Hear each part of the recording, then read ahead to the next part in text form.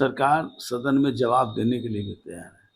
सरकार सारी स्थितियों से सदन को अवगत कराना भी चाहती है, लेकिन विपक्ष के नेता श्री राहुल गांधी जी, इनको इस सब चीज से मतलब नहीं है।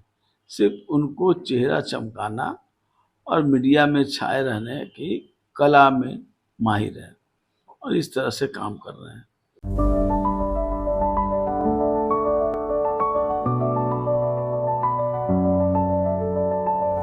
Goal the result. नमस्कार, न्यूज फॉर नेशन देख रहे हैं आप। आपके साथ मैं हूं राजनंदिनी। तो राहुल गांधी की वो तस्वीर कल रात से ही इंटरनेट पर काफी तेजी से वायरल हो रही है, जहां पर वो प्रोटेस्ट में शामिल होने के लिए जाते हैं और छात्र आंदोलन में वो आवाज उठाते हैं। लेकिन उसके बाद जो तस्वीर आती है, राहुल गांधी को पुलिस के द्वारा डिटेन कर लिया जाता है। और सिर्फ राहुल गांधी नहीं, उनकी बहन प्रियंका गांधी वाड्रा भी इस तस्वीर में नजर आती है।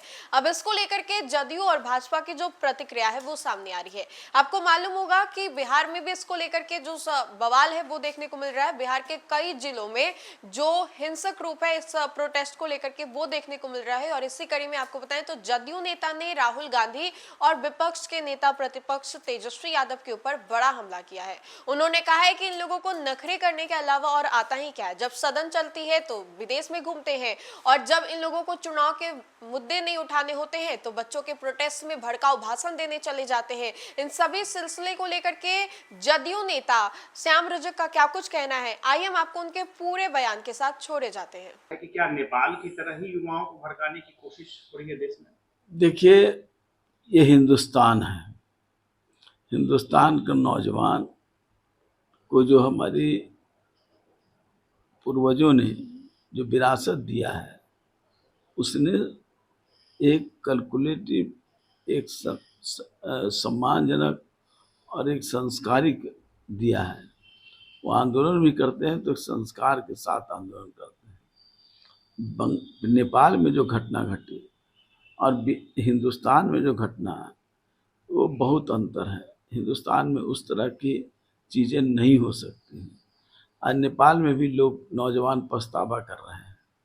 तो इसलिए ये सोच लेना कि पुनरावृत्ति पूरे विश्व में हो जाएगा, ये सब पूरी कल्पना है और लोगों का सिर्फ इस तरह का वक्तव्य दे करके अपने सीने पर ठंडा बर्फ रखने वाली बात है। कहा है कि नीट पेपर लीक मामले में जो भी लोग दोषी हैं उन्हें कड़ी कार्रवाई की जाएगी। प्रधानमंत्री संवेदनशील हैं, इसलिए उन्होंने तत्काल कहा कि इस मामले पर किसी तरह की छूट नहीं होगी। जो भी लोग होंगे उनको कार्रवाई की जाएगी। मैं राहुल गांधी पीएम आवास पर धरने पर बैठे, किस तरह से देखा जाए? देखिए, माननीय राहुल गांधी जी पूरे रूप से कंफ्यूज है। उनकी स्थिरता है ही नहीं। सवाल पर सरकार बहस करने के लिए तैयार है। सरकार सदन में जवाब देने के लिए भी तैयार है। सरकार सारी स्थितियों से सदन को अवगत कराना भी चाहती है, लेकिन विपक्ष के नेता श्री राहुल गांधी जी, इनको इस सब चीज से मतलब नहीं है। सिर्फ उनको चेहरा चमकाना और मीडिया में छाए रहने की कला में माहिर है और इस तरह से काम कर रहे हैं। धरना पे करना न करना अलग सवाल है, लेकिन जब सरकार उन सवालों पर चर्चा करने के लिए तैयार है, उन सवालों पर जवाब देने के लिए तैयार है, उन सवालों पर किए गए कार्रवाइयों से अवगत कराने के लिए तैयार है, तो फिर ये धरना प्रदर्शन करके आप सदन का भी समय जाया करते हैं और देश की जनता को भी आप गुमराह करने का काम करते हैं। शिक्षा मंत्री धर्मेंद्र प्रधान के इस्तीफे की मांग की जा रही है। विपक्ष अड़ा हुआ है, राहुल गांधी अड़े हुए।